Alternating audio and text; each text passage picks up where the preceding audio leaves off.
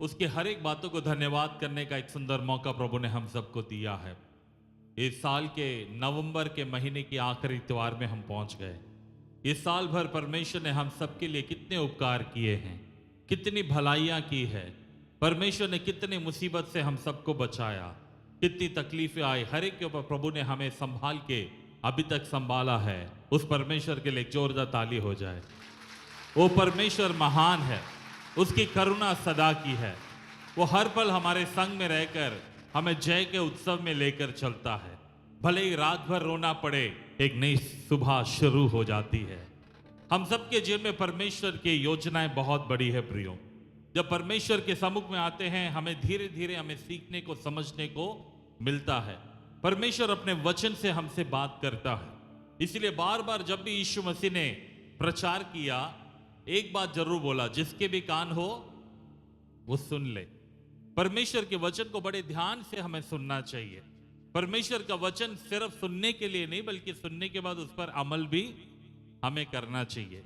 कई बार हम सुन सुन के सुन्न हो जाते हैं, मतलब अब फर्क नहीं पड़ता, क्योंकि हम हमेशा सुनते रहते हैं। बल्कि ऐसा नहीं, हमें जब भी हम सुनते हैं, हमारे अंदर एक बदलाव आना चाहिए, हमारे अंदर में एक परिवर्तन होना चाहिए। आमीन। अपने पड़ोसी का हाथ पकड़ के बोलो, हमें बदलना है। हालेलुया। हम सभी परमेश्वर की उपस्थिति में जब आते हैं प्रियो, परमेश्वर हमारे जीवन में कुछ नया काम करना चाहता है। वो हमसे कुछ बोलता है करने को, और हम भी जब उसकी आवाज को सुनते हैं, हम उसकी आवाज के अनुसार अपने आप को आगे बढ़ाने के लिए हमें कदमों को बढ़ाना चाहिए। हमारे अंदर में बहुत सारी ऐसी बातें होती है जिसे हमें बदलना है। प्रभु में आने के बाद वचन में लिखा है, अब तुम नई सृष्टि हो चुके हो, सब कुछ नया हो गया है। लेकिन फिर भी कुछ आदतें हमारे साथ चिपकी हुई होती हैं। कई बार आदतें हमारे जीवन से इसीलिए नहीं जाती क्योंकि हम उसको छोड़ना नहीं चाहते। हमने कहीं ना कहीं उसको दबा के रखा है, छुपा के रखा है, या कहीं ना कहीं हमने उसको, हम दूसरों के सामने नहीं दिखाते, लेकिन अकेले में वैसा ही हम जीते हैं। लेकिन जब इंसान अकेले में होता है ना, वही वो असलियत में होता है। और इसीलिए हमारी असलियत को देखने के लिए परमेश्वर, जो तुम्हारा पिता गुप्त में तुम्हें देखता है, वो तुम्हें सबके सामने आशीषित करता है। हमारे गुप्त वाला जीवन जो है बहुत ही महत्वपूर्ण है। Public life and private life. अभी हम चर्च में जो है एक पब्लिक लाइफ है, ये हम सबके सामने बहुत अच्छे हैं, है ना। हम देखने में अभी दूत लगते हैं, हम देखने में बहुत अच्छे लगते हैं, लेकिन जब परमेश्वर हमें देखता है, ना केवल चर्च में बल्कि हमारे व्यक्तिगत जीवन को भी वो देखना चाहता है। इसीलिए बाइबल में ऐसे लिखा है, वो तुम्हारे बाहरी तत्व को नहीं बल्कि तुम्हारे मन को देखता है। परमेश्वर हमारे चेहरों को नहीं बल्कि हमारे हृदय को ज्यादा वो देखता है। और इसी बात को समझने के लिए परमेश्वर का वचन जो हमारा दर्पण है, परमेश्वर का वचन जो हमारा आईना है, ये हमारे मनों को भी दिखाता है। हालेलुया। आज की सुबह आइए परमेश्वर के वचन की ओर अपने मनों को लगाएं। परमेश्वर का वचन जो जीवनदायक है, जो हमें जय देता है, बल देता है और हमारे जीवन को सुधारता है, उस वचन पर अपने मनों को लगाएं। एक बहुत ही एक विशेष घटना जो मुझे बाइबल में बड़ी आश्चर्य करती है। बहुत सारी चीजें जो बाइबल में अच्छी लगती है, लेकिन बहुत सारी ऐसी बातें भी है जो बड़ी आश्चर्य लगती है। और उसमें एक घटना ऐसा है कि एक व्यक्ति यीशु मसीह के पास में बड़ी उतावली से आता है, बड़ी इच्छा से आता है, लेकिन उदास होकर जाता है। मैंने अपने जीवन में ऐसे बहुत ही कम लोगों को देखा है जो प्रभु के पास आकर आशीषित ना हुए हों। जो प्रभु के पास आकर उदास होकर गए वाले बहुत ही कम लोग होंगे। लेकिन बाइबल में भी एक घटना को लिखा है, आइए उसको हम पढ़कर और हम सीखें कि हमारे जीवन में भी कहीं हम ऐसे तो ना चले जाएं। मत्ती रचित सुसमाचार उसका 19वां अध्याय 16 से लेके 22 तक एक ऐसे मनुष्य की घटना है जो यीशु मसीह के पास आकर कुछ सीखने के लिए आया था। और वो क्या बोला, आइए हम सुनते हैं। मत्ती 19 16 से 22। एक मनुष्य यीशु के पास आया और उससे कहा, हे गुरु, मैं कौन सा भला काम करूं कि अनंत जीवन पाऊं?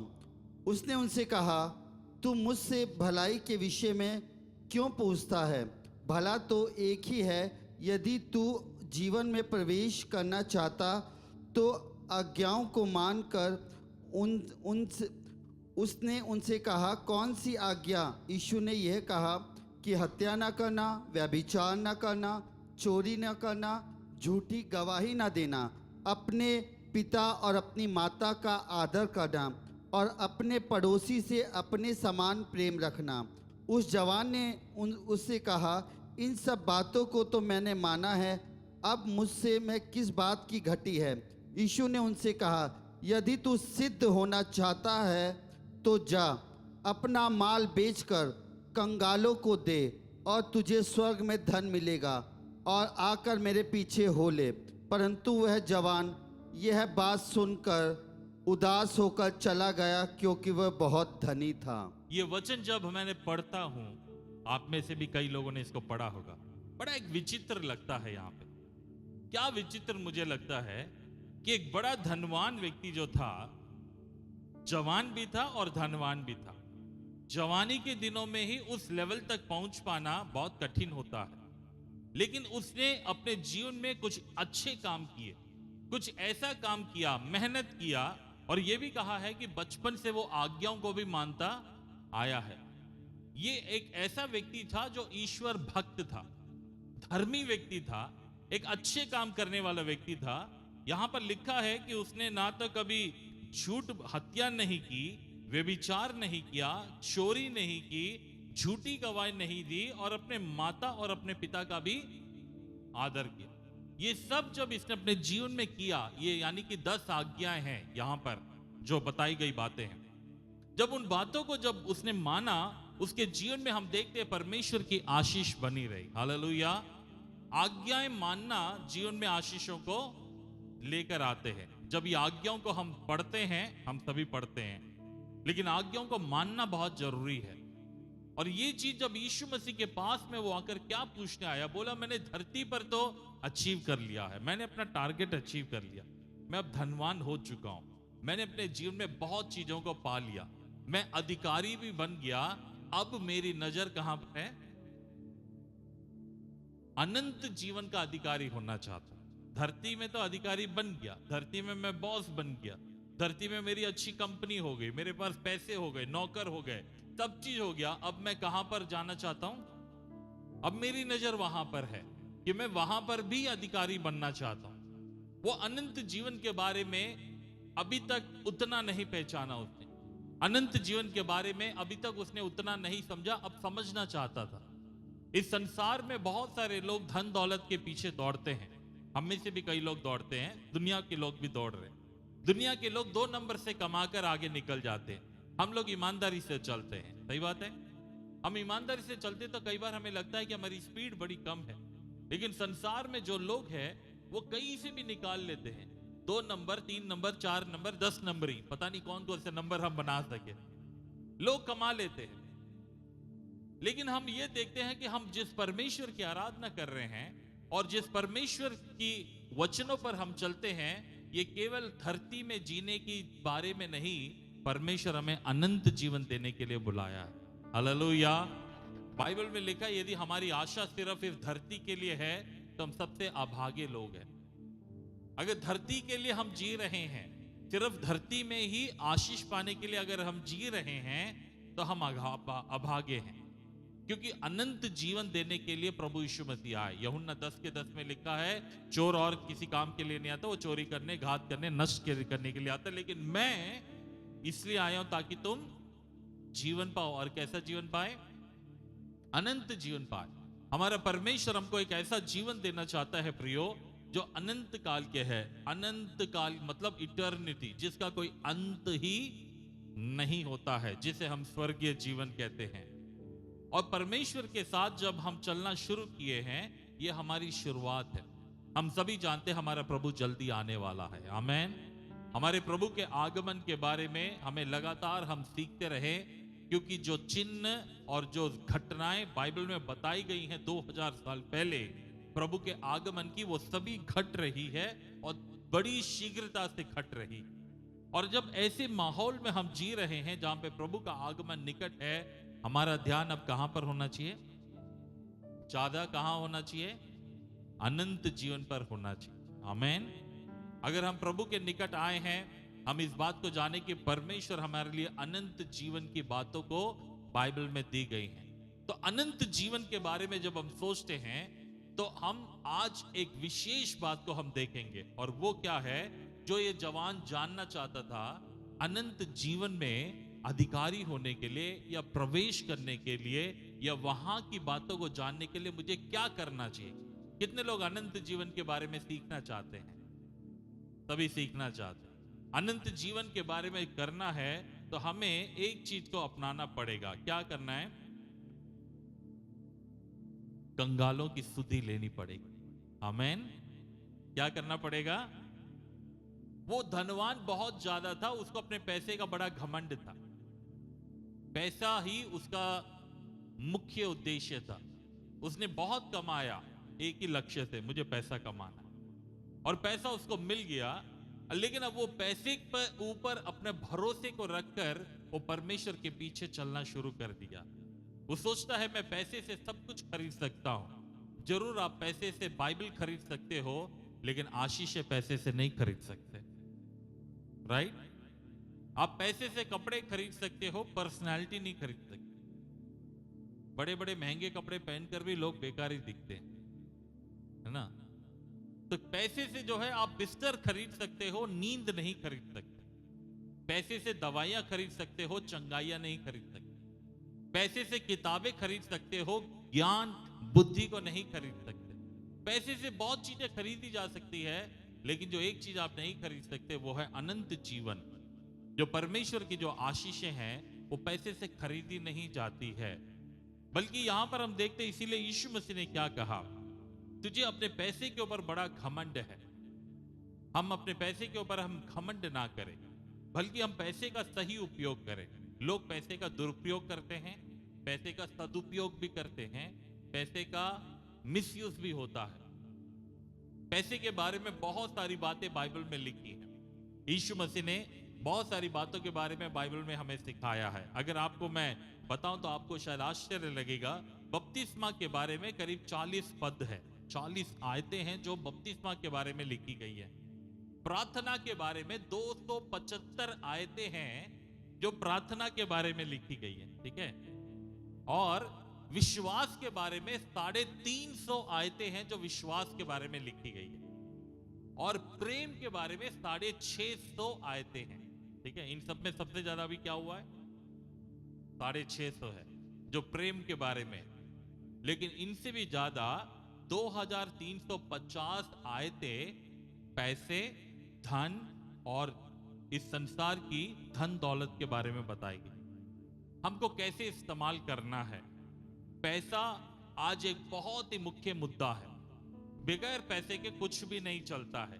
घर भी नहीं चलता, गाड़ी भी नहीं चलती, कुछ भी नहीं होता। हम सबको पैसे चाहिए, लेकिन पैसे का आज बहुत दुरुपयोग हो रहा है। धन यहोवा की आशीष से ही मिलता है और उसके साथ वो वेदना नहीं होती। लेकिन जो धन प्रभु की आशीष के बगैर आती है, उसके साथ बहुत सारी वेदनाएं भी जुड़ी होती। इस संसार में 2 प्रकार के धन है। एक है मेहनत की कमाई वाला, और दूसरा है काला धन जिसे कहा जाता है। ओके? हम मेहनत की कमाई के बारे में अगर हम बात करें, आज क्या हम सही प्रकार से अपने धन का इस्तेमाल करते हैं? धन की कमी के कारण कई घरों में झगड़ा है। कहा जाता है पति और पत्नी के बीच में तनाव होने का एक मुख्य कारण पैसे का है। पैसे कैसे कमाते हैं, पैसे को कैसे संभालते हैं, पैसे का कैसे इस्तेमाल होता है, और पैसे कैसे लोगों को देते हैं, ये सभी चीज हमें पैसे के बारे में है। यहाँ पे कितने लोग हैं जो अपने फाइनेंस मैनेजमेंट की पढ़ाई की है? किसी ने पढ़ाई की है फाइनेंस मैनेजमेंट। पैसे का उपयोग कैसे करते हैं? सिस्टर है यहाँ पे। Okay? Finance management is important. पैसे का सही उपयोग करना हम सबको आना चाहिए, क्योंकि आज हम ऐसे जमाने में जी रहे हैं जहां पे आमदनी अठन्नी, खर्चा 1.5 रुपया हो गया है। वो 2000 या 1980 में हुआ करता था। आमदनी अठन्नी खर्चा रुपया, 1980 का वो कहावत है। आज के युग में 1.5 रुपया हो गया। क्रेडिट कार्ड ने सबकी हालत क्या कर दी है? और ज्यादा हो गया। कर्जदार बन चुके हैं। यहां पे कितने लोग ऐसे जिन्होंने अभी तक कोई कर्जा नहीं लिया है? कोई कर्जा नहीं है मेरे पास, एक भी लोन नहीं है, एक भी कर्जा नहीं है। कितने लोग ऐसे? ओके, बाकी लोग इधर उधर देख रहे हैं, उनसे कोई मांग ले करके। बाइबल में क्या लिखा है? परमेश्वर कहते मेरी प्रजा कर्जा लेगी नहीं, देगी। सभी बोलिए देंगे। हालेलुया। अब बता कितने लोगों ने दिया हुआ है यहां पे? कितने लोगों ने दिया हुआ है? Very good. प्रभु इन हाथों के लिए मैं धन्यवाद करता हूं। आज की सुबह का संदेश यदि हम सभी समझ जाएं, मैं विश्वास करता हूं आने वाले दिन में हर कोई देने वाला यहां बन जाएगा। आपको लेने की जरूरत नहीं पड़ेगी।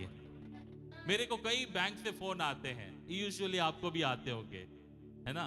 हम लोन चाहिए, लोन चाहिए। मैं कहता हूं हमारा अपना बैंक है, आपको लोन चाहिए तो हमें बताओ। वो कहते आपका कौन सा बैंक है? हमारा स्वर्गीय बैंक है। अनंत जीवन के बारे में उनको सुना दो। सुनाने का देखो, पीने वालों को अपना बहाना चाहिए, सुनाने वालों को अपना बहाना चाहिए। हालेलुया। आप कहीं से भी हो, आप सुनाने के लिए आपको मौका है। कोई भी पॉइंट होगा आप सुना सकते हो। LIC वाला एक बार मुझे फोन किया, मैंने कहा हम भी इंश्योरेंस देते हैं। बोला कौन सा देते हैं?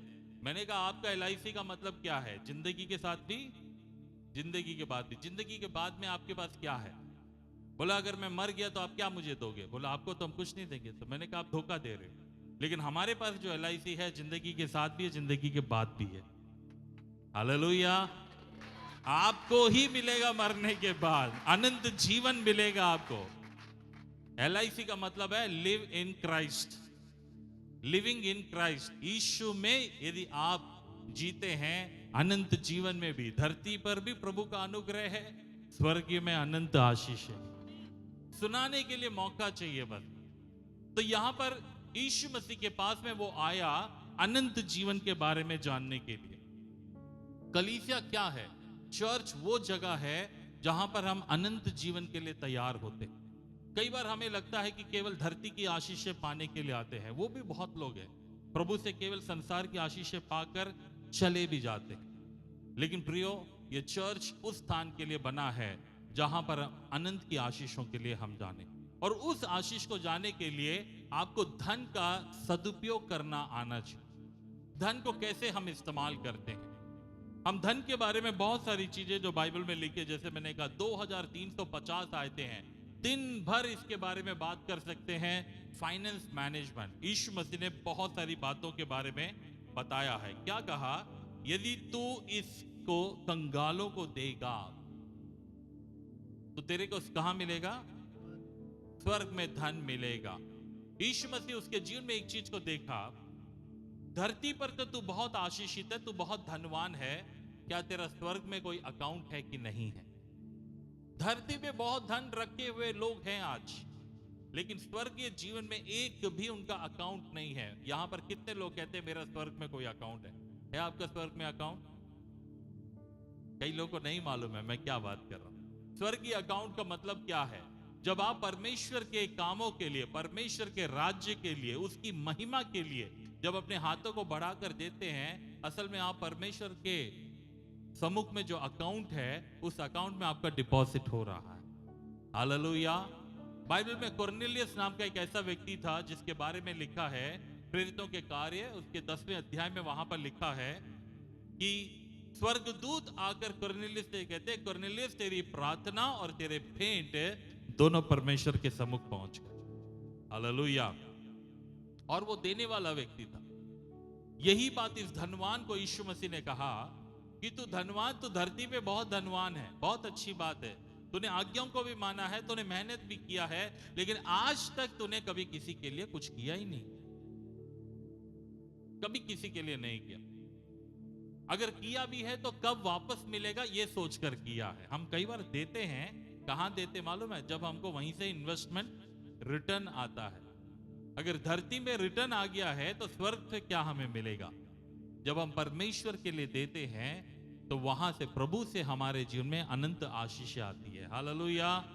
आज की सुबह मैं आपसे धन के विषय में बहुत सारी बातें करना चाहता हूं। मैं चाहता हूं कि यहां पर हर व्यक्ति धन को सही प्रकार से समझे।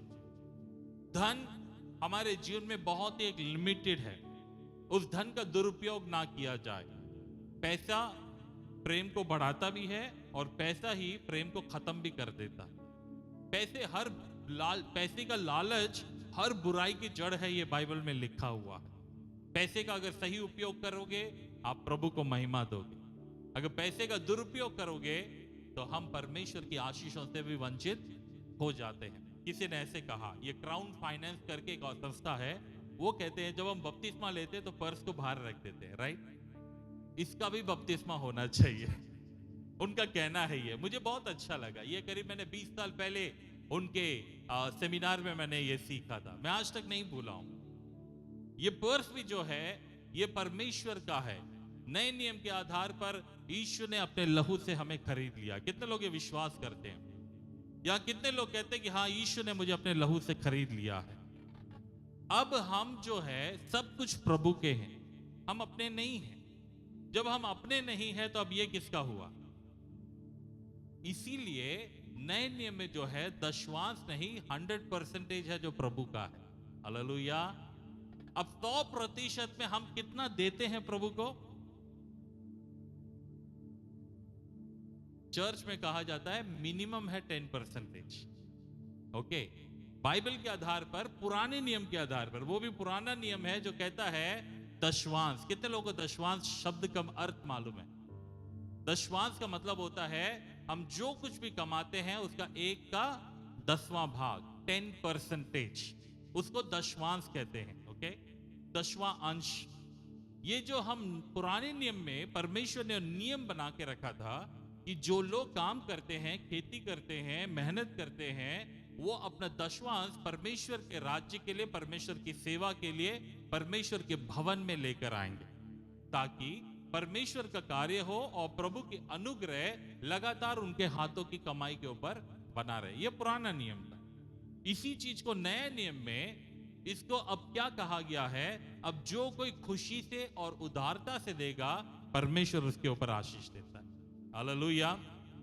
तो आइए हम एक एक करके हम देखें वचन के आधार पर कि धन के बारे में बाइबल में क्या लिखा है। व्हाई गिविंग इज इंपॉर्टेंट, देना क्यों महत्वपूर्ण है।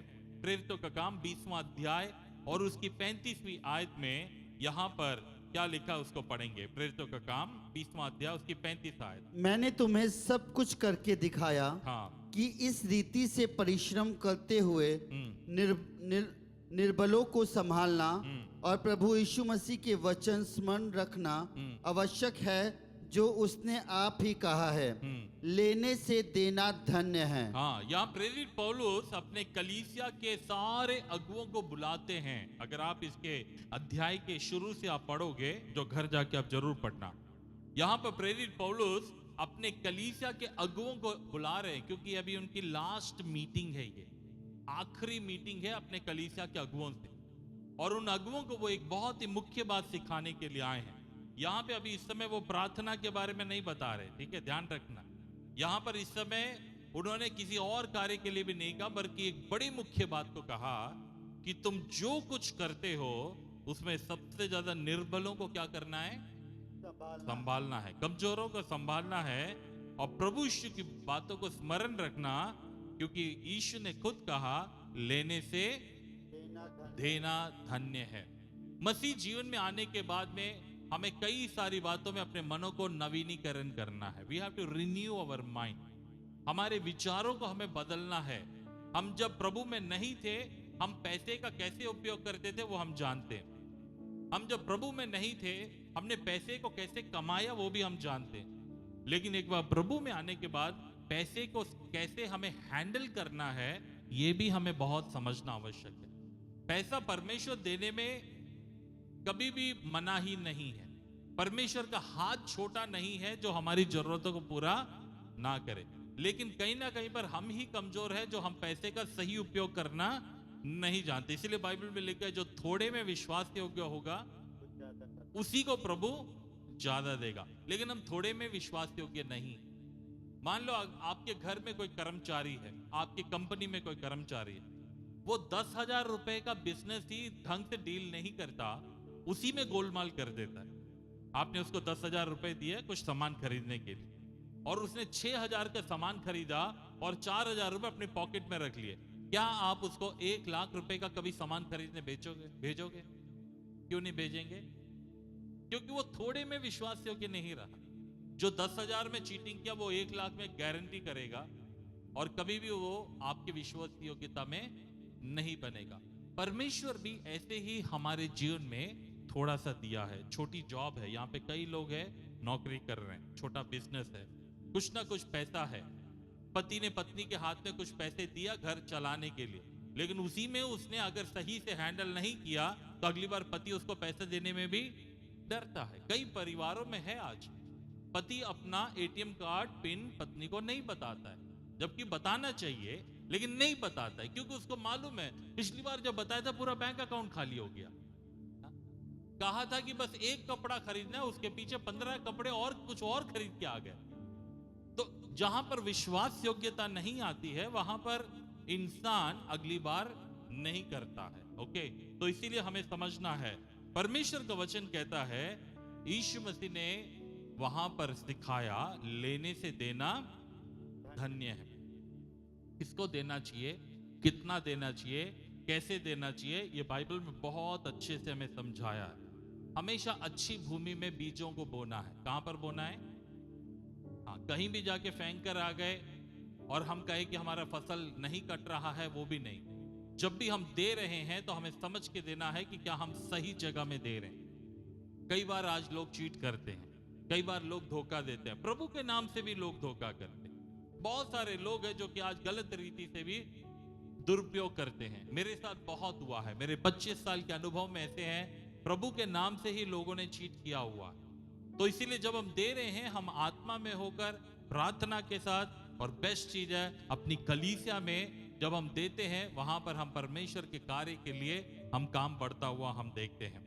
परमेश्वर के राज्य के लिए हमें क्यों देना आवश्यक है? Giving is an outward expression of our inward gratitude. देना जो होता है ये हमारे अंदरूनी समर्पण को या हमारा जो धन्यवादी हृदय है उसका बाहरी एक उदाहरण है।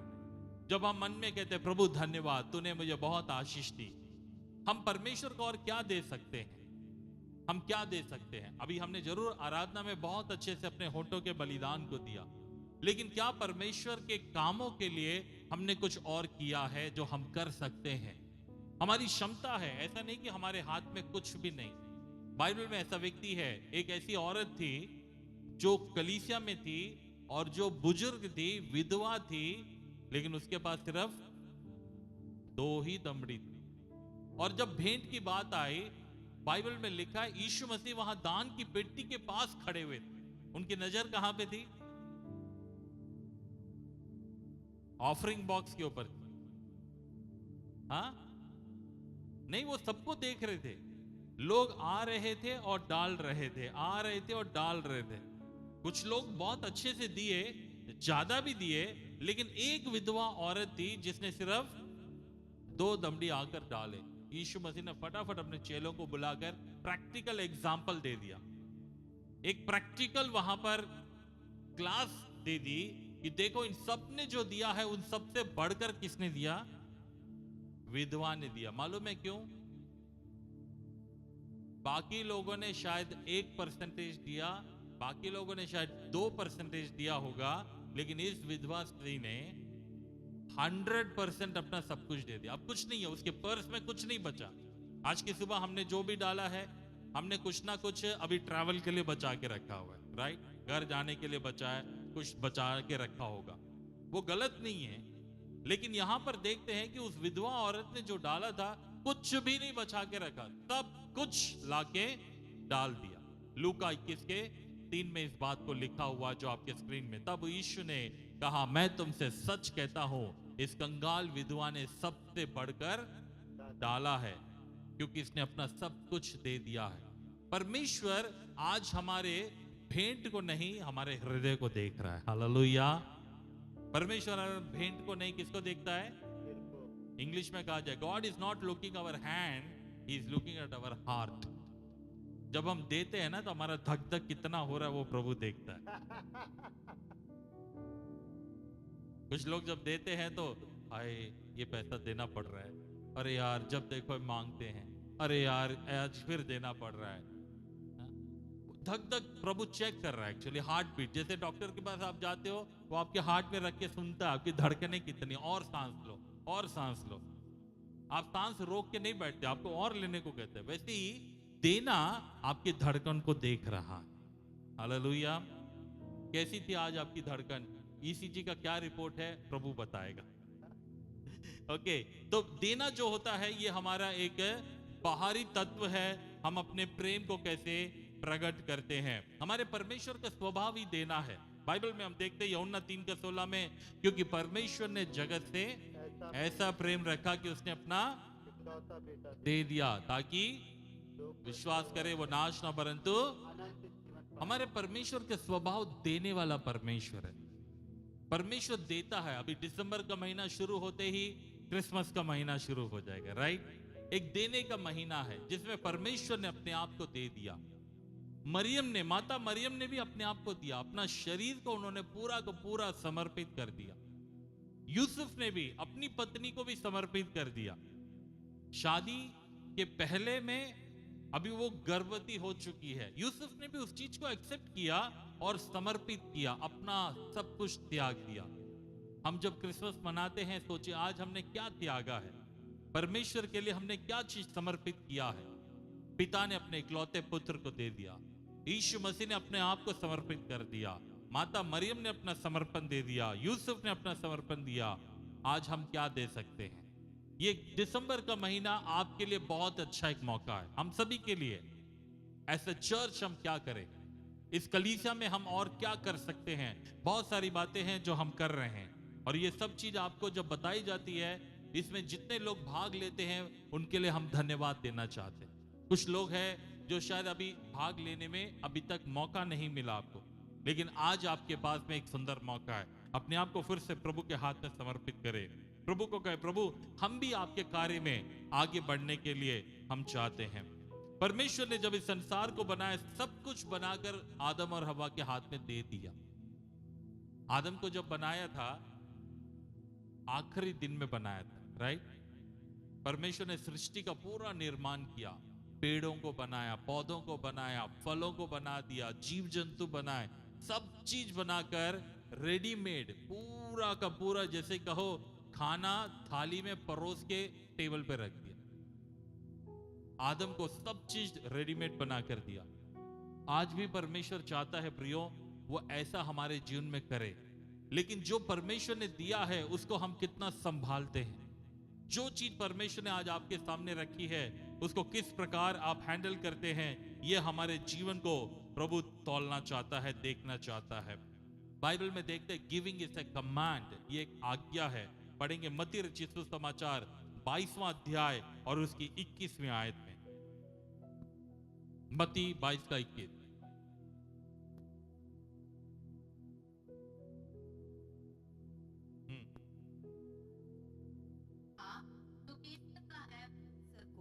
और जो परमेश्वर का है वह परमेश्वर को दो। जब लोगों ने आकर यीशु से एक बात को पूछा, क्या पूछा था? क्या सच में हमको टैक्स देना चाहिए? आज भी कई लोग ये पूछते हैं क्या टैक्स देना चाहिए। हम भारत में टैक्स बचत करने के बहुत सारे प्लान हैं, टैक्स को बचाने के लिए है, और लोग अपने अपने धारणाएं बहुत है टैक्स के विषय में। ओके, तब वहां पर यीशु मसीह के जमाने में भी लोगों ने आकर यीशु से पूछा क्या हमको टैक्स देना चाहिए। यीशु ने कहा ठीक है वो पैसा लेकर आओ। लेकर आए तो दिखा उसमें केसर का चिन्ह था। हमारे यहाँ पे महात्मा गांधी जी का चिन्ह है, ठीक है। तो वहां भारत का जो चिन्ह लगा हुआ हमारे नोट में है, उसी प्रकार यीशु मसीह देखकर क्या कहा कि जो केसर का है केसर को दो, मतलब जो टैक्स देना है वो टैक्स दो, लेकिन जो प्रभु का है वो परमेश्वर को भी देना बहुत जरूरी है। हम कई बार या तो हम प्रभु को नहीं देते या हम टैक्स नहीं देते, कहीं ना कहीं पर हमारी चूक हो जाती, हम कहीं ना कहीं पर कटौती कर लेते। पैसे के मामले में 100% ईमानदार जो व्यक्ति हो जाएगा प्रभु की आशीषों में बहुत ही मालामाल हो जाएगा। हालेलुया। पैसे की बहुत ईमानदारी जरूरी है। कई बार हम क्या करते हैं, मेरा पैसा है तेरा पैसा है। एक संडे स्कूल का एक जोक है, एक बार एक मम्मी क्या करती है अपने बेटे को ऑफरिंग देती है, बेटा जाके जो संडे स्कूल में आज डालना है। तो संडे स्कूल जाने के टाइम पे मम्मी ने उसके लिए भी एक पॉकेट मनी दिया, 10 रुपए का सिक्का बेटे का, 10 रुपए का सिक्का ऑफरिंग का। ओके, समझ में आया अभी तक? तो बच्चा जब इस संडे स्कूल में जाता है वो खेल रहा था, टॉस कर रहा था, उछाल उछाल के खेल रहा था। तो एक बार जैसे उछाला तो नीचे गिर गया और नाली में चला गया। जैसे ही नाली में गया तो उसने बोला, ओ प्रभु आपका पैसा, तो नाली में चला गया। आप देख रहे हैं यहां पर मंशा क्या है? जो नुकसान हुआ वो किसका है? वो प्रभु का है। कई बार हमारे जीवन में भी ऐसे ही रहता है। हम क्या करते हैं, हम परमेश्वर को सबसे एक अलग रीति में हम डील करते हैं। हम देने में मजबूरी से हम देने का हमारा एक एटीट्यूड है, हमारे विचारों में, देने की भावना में। इसको समझाने के लिए मैं 3 पतियों का उदाहरण देता हूं। ओके, आप बताना कौन सा पति बेस्ट होगा। ठीक, एक पति, ये तीनों पति अपने अपनी पत्नी के लिए गिफ्ट लेकर गए। वैसे तो पति गिफ्ट लेकर नहीं आते, ठीक है, वो शुरू के बस 1-2 हफ्ते लाए होंगे, उसके बाद भूल गए होंगे। तो यहां पर एक 3 पति हैं जो अपनी पत्नी के लिए गिफ्ट लेकर जा रहे हैं। अब ये जो पहला पति है वो इसीलिए गिफ्ट लेकर गया क्योंकि वो कहता है यार मजबूरी है, शादी हो गई, अब क्या करें, देना ही पड़ेगा मुझे। तो ये मजबूरी में दे रहा है गिफ्ट। दूसरा पति जो है वो कहता है यार जब मैं गिफ्ट लेकर जाता हूं ना तो बड़ी खुश हो जाती है और खाना तो बढ़िया बनता है, अच्छा रहता है, देने से वो खुश हो जाती है और फिर अच्छा ध्यान रखती है। लेकिन तीसरा पति कहता है कि मैं जो है बहुत प्यार करता हूं, वो मेरे लिए इतना कुछ करती है, मैं तो कुछ भी नहीं करता हूं उसके लिए, कम से कम ये छोटा सा गिफ्ट तो उसकी तारीफ के लिए मैं दे ही सकता हूं। इन तीनों पतियों में कौन सा पति अच्छा पति है? फर्स्ट वाला, लास्ट वाला। राहुल को कौन सपोर्ट करना चाहेंगे? पहला,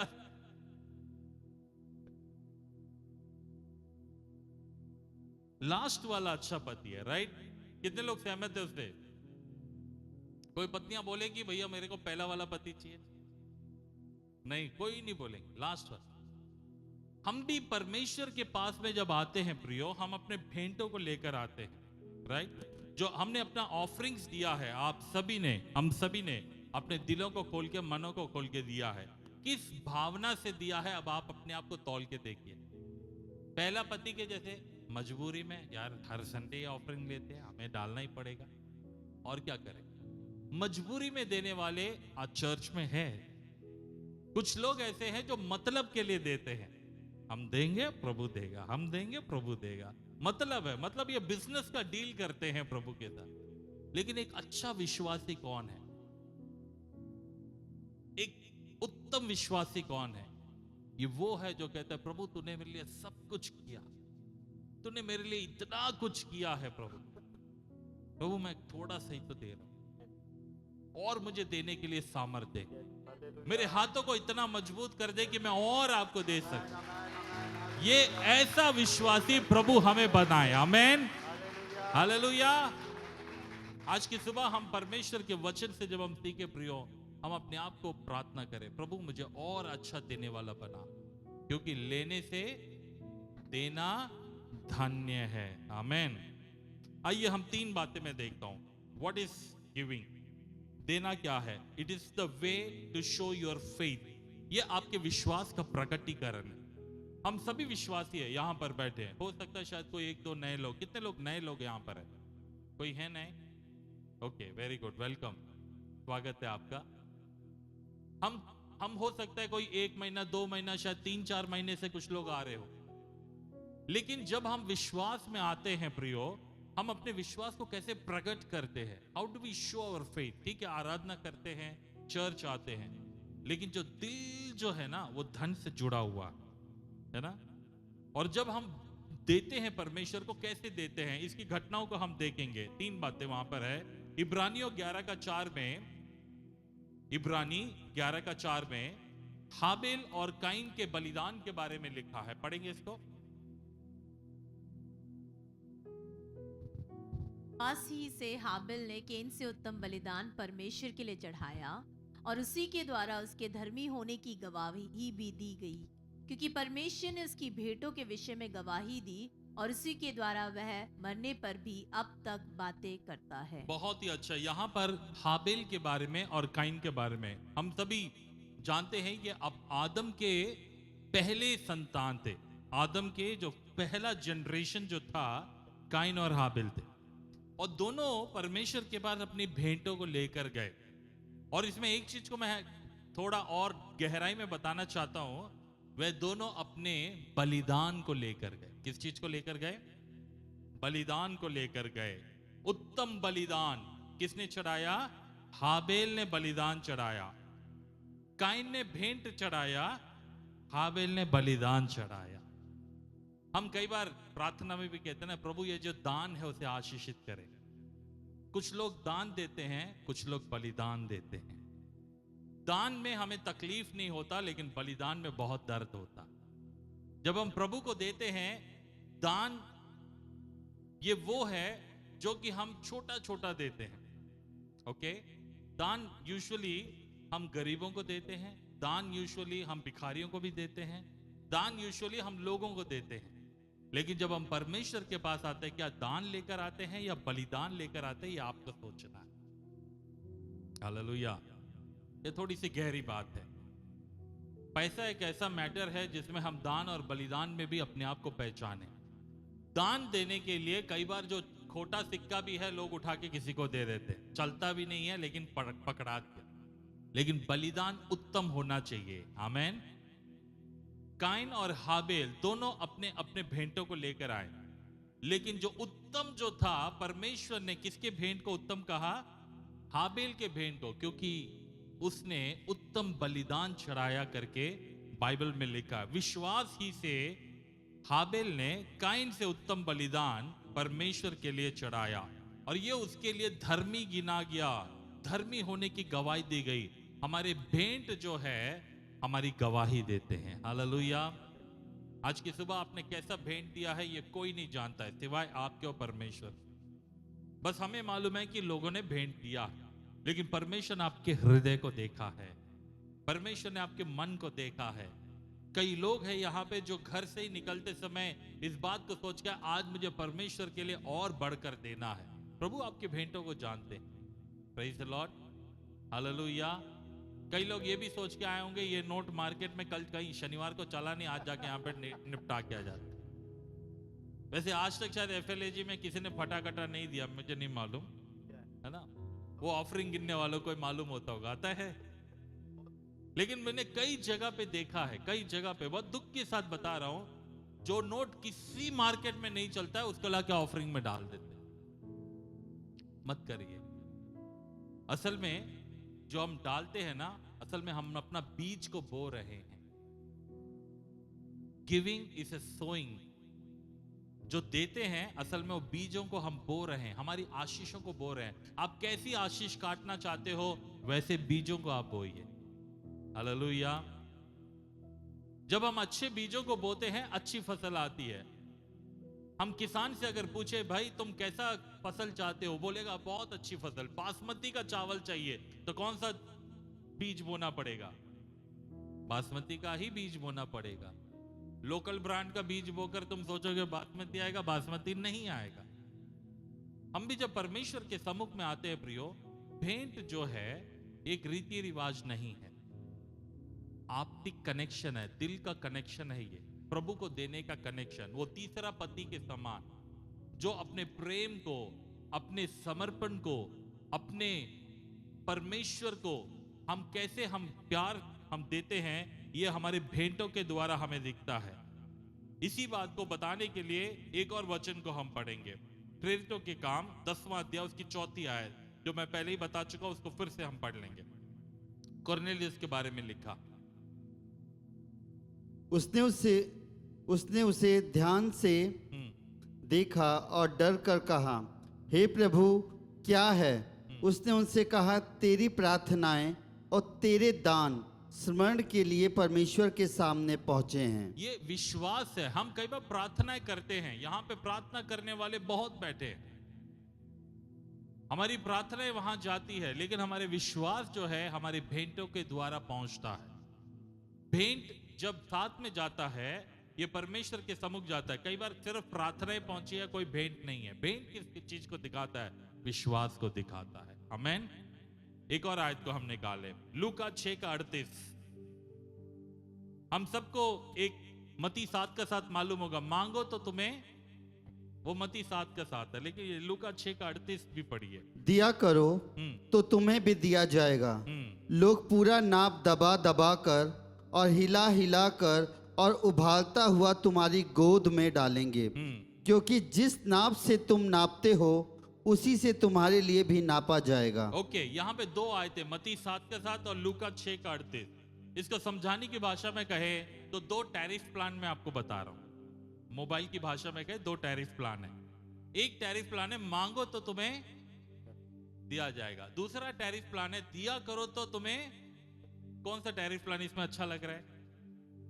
बिना दिए मांग मांग के ले ले, इसमें भी लिमिटेशन है। इस टैरिफ प्लान के टर्म्स एंड कंडीशन क्या है वो मैं बता दूं आपको।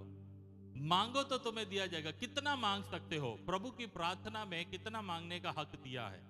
रोज की रोटी, डेली वेजेस आप रोज मांग सकते हो। प्रभु आज के दिन एक नौकरी दे दे, तो डेली वेजेस मांगने के लिए मांगा करो। ओके, लेकिन अगर आप देने वाला होगा तो उसको मांगने की जरूरत नहीं पड़ेगी, क्योंकि तुम जब दोगे तो तुम्हें दिया जाएगा।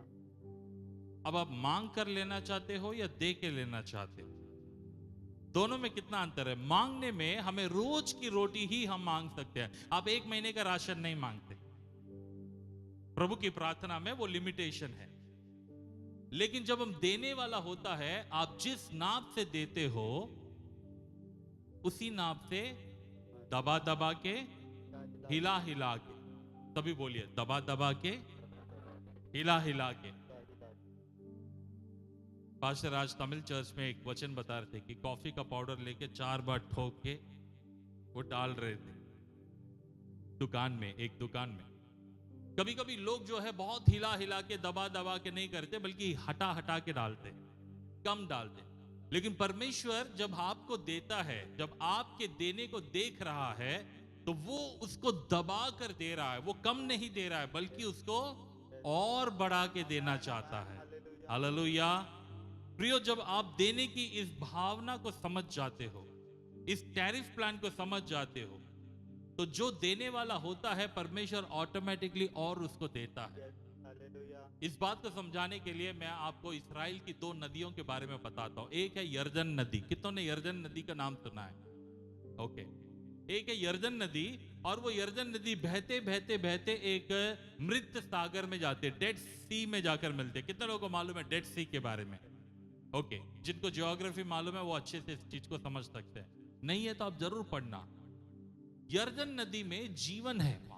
यर्दन नदी में मछलियां हैं, यर्दन नदी में जीवन है। वहां पर लोग जाते इस्राएल में, यर्दन नदी में भी बपतिस्मा लेकर आते हैं। यर्दन नदी का पानी लेकर आते हैं कुछ लोग, ठीक है, इस्राएल जो गए हैं। तो वो नदी में जीवन है, इस बात को जानते हैं। लेकिन वही पानी जब जाकर एक जगह मिल जाता है, उस जगह को क्या कहते हैं? डेड सी। वहां कोई जीवन नहीं है, कोई भी जीवन नहीं है। वो पानी आपके मुंह में रखने लायक नहीं, पूरा का पूरा नमकीन है। ये दोनों में एक ही पानी जा रहा है, लेकिन एक है जीवनदायक नदी और एक है मृत सागर। इसका कारण पता है क्या है? ये देने वाली नदी है, ये दे रही है, ये दे रही है। यर्दन नदी देती जा रही है, कभी रोकती नहीं है। लेकिन ये मृत सागर वो है जो लेती जा रही है, लेती जा रही है। वो देती कहीं नहीं है, वो कहीं आगे पास नहीं करती, इसीलिए वो मृत हो जाती है। हमारे जीवन में भी परमेश्वर ने दोनों रखा है, input and outlet, inward and outward. सांस लेना है और सांस, खाली सांस ही लेते रहोगे तो इंसान ज्यादा दिन नहीं रहता है। हमारे जीवन में भी परमेश्वर ने ऐसी 2 बातों को रखा है, एक हमें लेना है और दूसरा हमें देना है। ये लेन देन की जो भावना है, ये बाइबल में बहुत ही स्पष्ट तरीके से लिखा है। इसलिए देने से, लेने से देना उत्तम है। तो पहली बात, पैसा जो है, धन जो है, हमारे भेंट जो है, ये हमारे विश्वास को दिखाता है। नंबर 2, ये क्या दिखाता है? ये हमारी आशा को भी दिखाता है, भरोसे को दिखाता है जो हम परमेश्वर के ऊपर रखे। पढ़ेंगे नीति वचन 3 उसका 9 और 10। नीति वचन 3 उसका 9 और 10वीं आयत। अपनी संपत्ति के द्वारा हाँ। और अपनी भूमि की सारी पहली उपज देकर यहोवा की प्रतिष्ठा करना। इसी प्रकार तेरे खत्ते भरे पूरे रहेंगे और तेरे सरकुंडों से नया दाख मधु उमड़ता रहेगा। परमेश्वर का वचन कहता है अपनी संपत्ति के द्वारा अपनी भूमि की पहली उपज को क्या कर, यहोवा को देकर उसको प्रतिष्ठा कर। ये आपके भरोसा है। अगर हम कहते हैं मेरा परमेश्वर मेरे लिए सब कुछ पूरा करेगा, क्या हम सच में परमेश्वर की प्रतिष्ठा ऐसे करते हैं? हम परमेश्वर का आदर, हम परमेश्वर का सम्मान हम कैसे करते हैं? बाइबल में लिखा है पहली उपज। सभी बोलिए कैसी उपज? पहली उपज। आखिरी उपज नहीं, पहली उपज।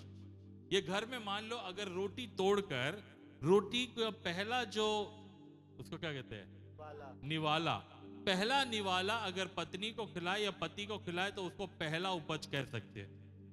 बचा कुचा ले तू खा ले। अब रोटी बच गई है, खाना खा लिया, 4 रोटी आप डकार चुके हैं, उसके बाद जो थोड़ा सा टुकड़ा बचा है अब पत्नी को कहे ले तू खा ले, क्या अच्छा लगेगा? अब मजबूरी में ठीक है छोड़ दिया, वेस्ट नहीं करना, खा लेंगे। लेकिन प्यार कब दिखता है? लास्ट में देने पे या फर्स्ट देने में? ओके। दशवांश जो होता है पहली उपज है वो। हम पहला, जैसे ही हमारे हाथ में सैलरी आती है, हम क्या परमेश्वर को पहले लाके देते हैं या पूरा महीना बच गया, प्रभु बचा तो अब तेरा? यहां पे जितने भी लोग बैठे हैं अपने आप को देखिए, ये साल खत्म होने जा रहा है, आखिरी महीना है अब दिसंबर का। ये पूरे साल भर क्या हमने परमेश्वर को पहला उपज दिया है या बचा हुआ हमने दिया है? क्यों हमारे घर में बचता नहीं है? क्यों 10 तारीख 15 तारीख में ही हमें वापस कर्जा लेना पड़ता है? क्यों हम जो है कर्जदार बनते जा रहे हैं? क्यों हम दे नहीं पा रहे हैं? क्या परमेश्वर हमें आशीष नहीं दे पा रहा है, या हम सच में उस आशीष के हकदार नहीं बन पा रहे? ये 2 कारण अपने आप को पहचान। परमेश्वर का हाथ छोटा नहीं है जो हमें ना दे, वो तो आज भी चाहता है, वो भर भर के दबा दबा के हमें देना चाहता है, लेकिन वो कहता है जो देगा उसी को मैं दूंगा। हालेलुया। इस साल में यहां पर कुछ लोग बैठे जिन्होंने दिया है। कितने लोग हैं ऐसे? आपको प्रभु दबा दबा के दिया है, वो आपकी गवाही होगी। हालेलुया। जब आप देते हैं तो परमेश्वर उसको कभी भी रोकता नहीं है, बल्कि परमेश्वर किसी का कर्जदार नहीं है। जब इसने भी दिया है उनकी गवाही है कि प्रभु ने उनको वापस जो है बढ़ चढ़ के दिया। हालेलुया। ये चीज हम सीख रहे हैं कि प्रियो, ये हमारी आशा को दिखाता है। That shows our hope. हम प्रभु पर कितना भरोसा रखते हैं। प्रभु मेरे जो धन है, मेरी जो आशीष है, ये मेरी फसल के ऊपर नहीं है, पहला उपज मैं आपको दे रहा हूं क्योंकि आपने मुझे दिया है। हालेलुया। नौकरी के लिए एक गवाही मैं आपको बताना चाहता हूं। एक बहन थी, जब हम भोपाल में थे हमारे कलीसिया में, उस बहन नौकरी के लिए करीब करीब 6 महीने से वो अप्लाई कर रही थी, नौकरी ही नहीं मिल रही। उन्होंने इस बात को सुना, पहला फल हमें प्रभु को देना है, विश्वास को दिखाता है। उन्होंने क्या किया, अगले इतवार को उन्होंने विश्वास किया कि मेरी पढ़ाई के हिसाब से मेरी नौकरी जो होगी वो करीब 30,000 की होगी। उनका क्वालिफिकेशन और उनका जॉब पोजीशन में 30,000 की नौकरी। तो उन्होंने अपना पहला दशवांश, नौकरी मिली नहीं, कोई अपॉइंटमेंट नहीं हुआ, लेकिन वो 30,000 का उन्होंने 3,000 एनवेलप में डाला, कहा ये मेरा दशवांश है। लाके कहा पास्टर प्रार्थना करिए, मेरा पहला दशवांश है। पास्टर खुश हो गए, तुम्हारी नौकरी कब लगी, तुमने नहीं बताया। बोले पास्टर अभी लगेगी, लेकिन यह विश्वास से मैं बीज को बो रही हूं। और वो विश्वास का ऐसा अद्भुत था प्रियो, कि परमेश्वर ने उसके विश्वास का अंगीकार किया, आदर किया। पास्टर ने प्रार्थना किया, मैं वहां पर था उस दिन, मैं भी उस चर्च का गेस्ट स्पीकर था गिविंग के बारे में। तो मैंने इस चीज को देखा कि जैसे ही उन्होंने प्रार्थना किया, हमने प्रार्थना किया, अगले हफ्ते उन्होंने आकर क्या गवाही दी, बोले इस 1 हफ्ते के अंदर में मैंने जिन जिन कंपनियों में अप्लाई किया था उसकी बेस्ट कंपनी ने उनको खुद फोन करके बुलाया। 6 महीने के बाद वो फोन आया कि तुम्हारी नौकरी अगले दिन से आना है। हालेलुया। विश्वास दिखाता है प्रियो। ताली बजा के हम प्रभु को महिमा दे। आमेन।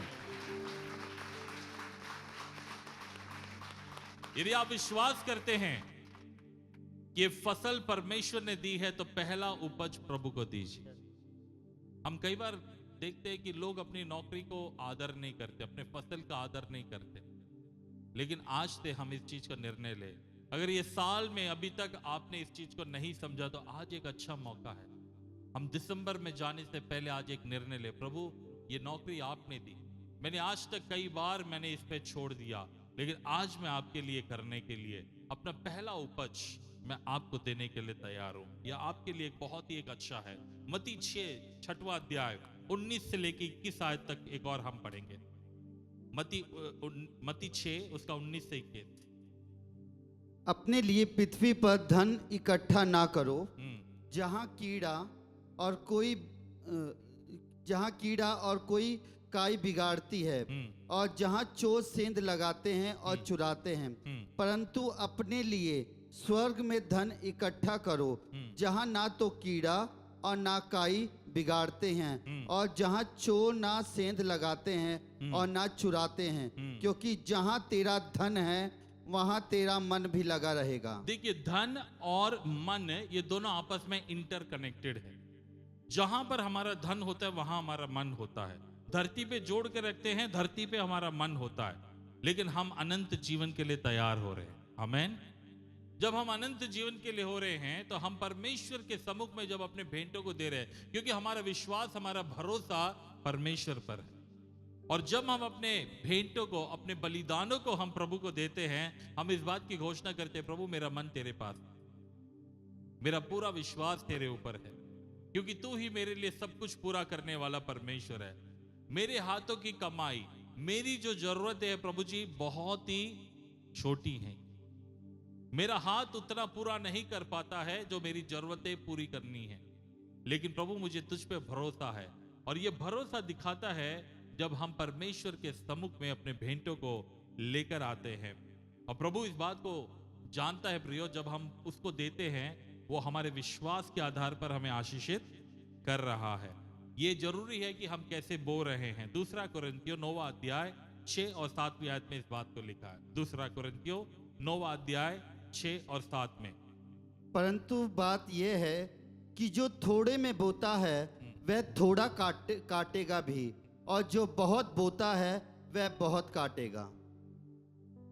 7 भी, हर एक जन जैसे मन में ठाने वैसा ही दान करे, ना तो कुड़ के और ना दबाव से, क्योंकि परमेश्वर हर्ष से देने वालों से प्रेम रखता है। ये बहुत ही महत्वपूर्ण है। हमने कई बार दिया होगा, कई लोग कहते हैं मैंने दिया लेकिन कुछ नहीं हुआ। मैं उनसे पूछता हूं, आप कुड़ के दिए कि खुशी से दिया? आप सोच के देखिए। कुड़ के देना वो पहला पति है, खुशी से देने वाला तीसरा पति। कुड़ के देना, मजबूरी में देना पड़ रहा है, दिया था लेकिन फायदा कुछ नहीं हुआ। लेकिन जब हम खुशी से देते हैं वहां पर प्रभु की आशीष को हम अपने जीवन में अनुभव करते हैं। आमीन। तो इसीलिए इस बात को हम समझे कि जो थोड़ा बोता है थोड़ा काटता है, तो देना जो है ये हमारे आशीषों को बो रहे हैं। तो अगली बार जब आपके सामने ऑफरिंग का मौका मिले, भेंट चढ़ाने का मौका मिले, आप क्या बोना चाहते हो ये आपके ऊपर, आप कितना बोना चाहते हो वो भी आपके ऊपर है, और देना ये आपके ही अकाउंट में है, स्वर्गीय खाते पर, वहां पर आपके बारे में लिखा गया। प्रियो, इस संसार के बैंकों के बारे में हम अच्छे से जानते हैं, हमें मालूम है कौन से बैंक में कितना इंटरेस्ट देता है, राइट? लेकिन आपको मैं बताऊं, स्वर्गीय बैंक का जो इंटरेस्ट है ना, that is the much more better. जिसने भी प्रभु को दिया है वो कभी भी कम नहीं हुआ है उसके जीवन में। जितना हमने प्रभु को दिया उससे बढ़कर वो देता है, उसका इंटरेस्ट रेट बहुत हाई है। हालेलुया। और ये चीज जब हम समझ जाएंगे, इस संसार में धन रखने से बढ़कर हम प्रभु के राज्य में हम लगाएंगे। आमीन। शेयर होल्डर कितने लोगों को मालूम है शेयर्स में इन्वेस्ट करते हैं? इन्वेस्ट नहीं भी किया तो शेयर मार्केट तो जानते ही होंगे, राइट? इस संसार की कंपनीज के जो शेयर होल्डर्स होते हैं, जितना उनका बेनिफिट मिलता है यहां पर भी बेनिफिट मिलता है। ये समझाने के तरीके से बता रहा हूं। किंगडम ऑफ गॉड, परमेश्वर के राज्य में भी आपका निवेश कितना है? आज आप कितने शेयर होल्डर हो प्रभु के राज्य में? आपके पास में अगर परमेश्वर ने मौका दिया है, मैं आपको एनकरेज कर रहा हूं, आपको उत्साहित करता हूं, प्रभु के राज्य में आपका निवेश आप जितना करोगे, परमेश्वर की आशीषों में उतना ही आप एंजॉय भी करोगे। हालेलुया। कुछ लोग सोचते हैं वो व्यक्ति क्यों इतना आशीषित है, ये क्यों इतना आशीषित है, उनका निवेश बहुत ज्यादा है। प्रभु के राज्य में जब हमारा निवेश बढ़ता है, उसी के हिसाब से भी हमारे ऊपर भी प्रभु की आशीषों को हम देख सकते हैं प्रियो, क्योंकि जितना जो बोएगा उतना काटेगा। आपने 1 एकड़ में बोया है कि आपने 10 एकड़ में बोया है, जो 10 एकड़ में काटेगा वो ज्यादा ही काटेगा। हम 1 एकड़ में बोने वाला और 10 एकड़ के बोने वाले में अंतर हम समझ सकते हैं। वैसा ही आप अपने जीवन में कितना प्रभु के आशीषों को काटना चाहते हो, क्योंकि वो तो देने को तैयार है, क्या आप लेने को तैयार हो? आमेन, हालेलुया। एक और वचन को पढ़ेंगे, नीति वचन 11 उसकी 24 से 26 तक। बाइबल में देने के विषय में ऐसे हैं जो छितरा देते हैं, जो छितरा देते हैं तो भी उनकी बढ़ती ही होती है, बढ़ती ही होती है। और ऐसे भी हैं जो अर्थात कम देते हैं, और इसी से उनकी घटती ही होती है, घटती ही होती है। हाँ, उदार प्राणी हुष्ट पुष्ट होता जाता है, और जो दूसरों की खेती सींचता है, उसकी भी खेती सींची जाएगी। यस। और 26, जो अपना अनाज रख छोड़ता है, उसको लोग श्राप देते हैं, परंतु जो उसे बेच देता है उसको आशीर्वाद दिया जाता है। देखिए यहाँ पर बहुत सारी बातें हैं, लेकिन उसका अगर संक्षेप में कहे, कुछ लोग छितरा देते हैं, हमेशा देने वाले होते हैं, उनका स्वभाव ही देने का होता है। ऐसे लोग उनकी बढ़ती ही होती है, देने वालों को कभी घटती नहीं होती। और यहां पे लिखा है जो ऐसे भी है जो बड़े व्यथार से, बड़ी मुश्किल से कम देते हैं, नाप तोल करेंगे, बार्गेनिंग करेंगे, मार्केट में भी जाएंगे तो बेचारा दुकानदार सुबह से बैठा हुआ है सब्जी लेके, वो बोल रहा है 50 रुपए का, नहीं हम तो 40 ही देंगे, यथार से कम दे रहे, कोशिश कर रहे बार्गेन करके उससे 50 की चीज कितने में लेकर आए, 40 में। ऐसे लोगों की और कमी हो जाती है। मसीह में आने के बाद बार्गेनिंग करना छोड़ दो, एटलीस्ट ये सब्जी वालों से बार्गेनिंग मत। बार्गेनिंग करना है तो बड़े बड़े ब्रांड में जाके बार्गेन करो, बड़े बड़े शॉपिंग मॉल में जाके बार्गेनिंग करके देखो। 10,000 की चीज है, आप उनसे 5,000 में मांगो, लेकिन हम यहाँ 50 रुपए की चीज के ऊपर भी 10 रुपए की बार्गेनिंग करके उसका भी दिल दुखाते हैं, और हम बड़े खुश हो जाते हैं, आज मैंने 10 रुपए की बचत की। नहीं है, गिविंग इज ए एटीट्यूड। देना जो है ये हमारे स्वभाव को दिखाता है, आप कैसे करते हो, क्या करते हो, और ये जब आपका स्वभाव में आ जाता है, परमेश्वर आपके मनों को देख रहा है। हालेलुया। मैं ये नहीं कह रहा हूं कि आप जाके पैसा फेंक कर रहो, बल्कि आप जो कुछ भी कर रहे हो बड़े ईमानदारी से और बड़ी मेहनत से और बड़े प्रेम से उस पैसे का सही उपयोग करें। डॉक्टर बिली ग्राहम, प्रभु के एक श्रेष्ठ दास ने से कहा, money is a bad master but a good servant. पैसा जो है एक बहुत ही खतरनाक मालिक है, लेकिन बहुत ही अच्छा नौकर है। आप पैसे को क्या समझ के आप इस्तेमाल करते हो? क्या आपने पैसे को अपना मालिक बनाया है या पैसे को अपना नौकर बनाया है? पैसा अगर मालिक है तो आप पैसे के पीछे दौड़ रहे हो, पैसा यदि आपका नौकर है तो पैसा आपके पीछे दौड़ेगा। हालेलुया। ये आपका एटीट्यूड पे दिखाता है कि आप कैसे उसको संभालते हो, कैसे उसको रखते हो और कैसे उसको डील करते हो। व्यवस्था विवरण 8:18 में इस बात को परमेश्वर ने बोला है, तू अपने परमेश्वर यहोवा को स्मरण रखना। 8:18 ड्यूट्रॉनमी, क्योंकि ये वही है। यस, परंतु तू अपने परमेश्वर यहोवा को स्मरण रखना, क्योंकि वही है जो तुझे संपत्ति प्राप्त करने की सामर्थ्य इसलिए देता है कि जो वाचा उसने तेरे पूर्वजों से शपथ खाकर बांधी थी उसको पूरा करे, और जैसे आज प्रकट है। तो परमेश्वर का वचन वो कहता है, तुझे जो संपत्ति प्राप्त करने की शक्ति भी प्रभु देता है। आपको नौकरी प्राप्त करने की शक्ति कौन देता है? आपको उस पोजीशन पर कौन लेकर जाता है? अगर आप अपने आप को पलट के देखो, क्या आज आप उस पोजीशन पर हो जिसमें आपको होना चाहिए, या उससे बढ़कर है, तो आपको समझ में आएगा आपको प्रभु ने उस स्थान पे लाके रखा है। हालेलुया। हम उस योग्य नहीं थे, लेकिन प्रभु ने आज हमें वो पोजीशन दिया है, उस स्थान पे हमें रखा है, क्योंकि हम परमेश्वर हमें उठाना चाहता है और हमें आगे बढ़ते हुए देखना चाहता है। आपको नौकरी प्रभु ने दी। आज भी कई लोग धक्के खा रहे हैं, नौकरी नहीं है, लेकिन प्रभु ने नौकरी दी है। आपको एक अच्छा स्थान दिया है, लेकिन क्या हम वहां पर प्रभु को आदर दे रहे हैं?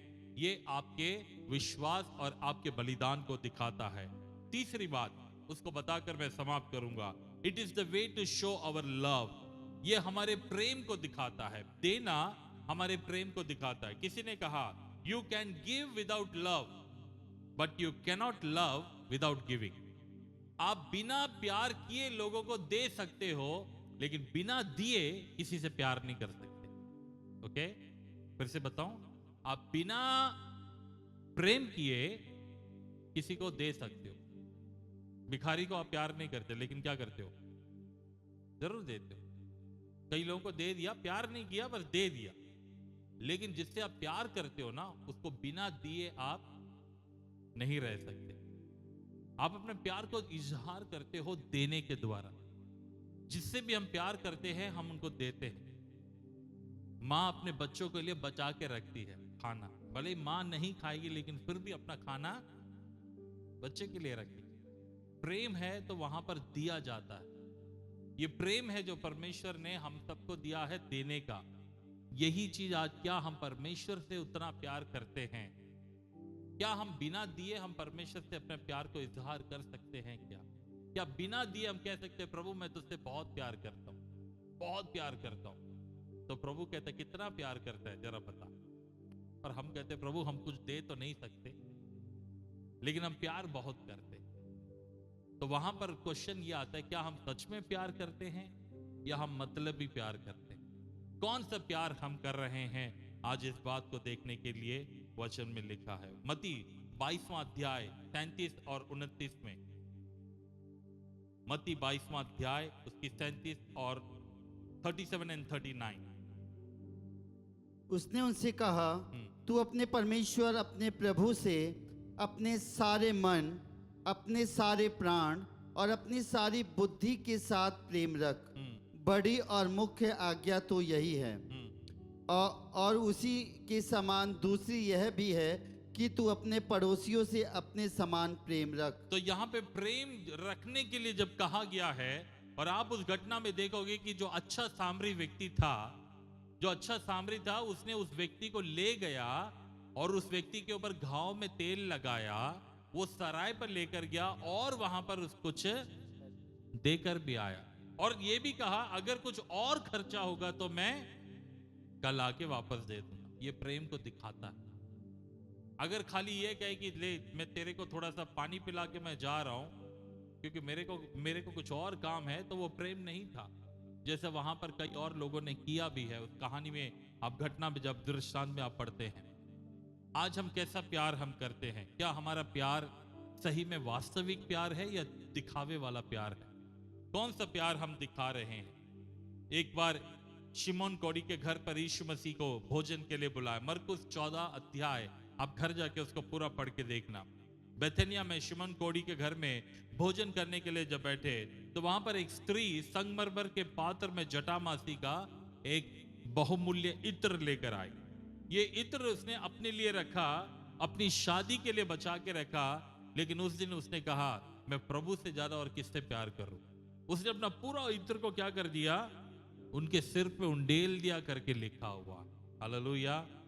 कई लोगों ने कहा कि ये जो है गरीबों को बांटा जा सकता था, गरीबों को भी जरूरत था, लेकिन उसने गरीबों से बढ़कर किससे प्यार किया? अपने प्रभु से ज्यादा प्यार किया। और वहां पर 9वीं आयत में लिखा है, यीशु मसीह ने कहा है ये मरकुस 14 के 9 में, मैं तुमसे सच सच कहता हूँ कि सारे जगत में जहाँ कहीं सुसमाचार प्रचार किया जाएगा, वहाँ उसके इस काम की चर्चा भी उसके स्मरण में की जाएगी। तो यहाँ देखते हैं, आज की सुबह मैं इस बात को बताना चाहता हूँ, उस बहन ने जो किया है आज तक 2000 साल से प्रचार हो रहा है। हालेलुया। क्योंकि उसने अपने प्रेम प्रभु के लिए दिखाया। आज की सुबह मैं आपसे पूछना चाहता हूं, क्या आप अपना प्रेम ऐसा प्रभु को दिखाते हैं? क्या आप परमेश्वर को अपना बेस्ट देते हैं? बचा कुचा देना एक अलग बात होता है। बहुत सारे दुनिया में लोग हैं जो ऐसा ही दे रहे, लेकिन जब हम प्रभु को बेस्ट देते हैं उसका प्रतिफल हमें मिलता है। परमेश्वर उसको हमेशा जीवन में उठा के रखता है। आमीन। उसके जीवन में परमेश्वर हमेशा उन्नति ही देता है और ऐसी गवाही वो चाहता है कि वो हम और लोगों के जीवन में दे। तो प्रिय, आज 3 बातों को मैंने बताया। What is giving? Giving is a way to show our faith, यह हमारे विश्वास को दिखाता है। गिविंग शोज आवर होप, यह हमारी आशा को भी दिखाता है। और देना हमारे प्रेम को दिखाता है। ये 3 बातों के साथ मैं यहां पर रोकना चाहता हूं और मैं चाहता हूं हम सभी अपनी आंखों को बंद करें, अपने आप को टटोल के देखें। ये 2024 के इन 11 महीनों में मैंने कैसे दिया था? क्या प्रभु को मैंने प्यार से दिया, या मैंने प्रभु को मजबूरी में दिया, या परमेश्वर से मतलब के लिए मैंने दिया?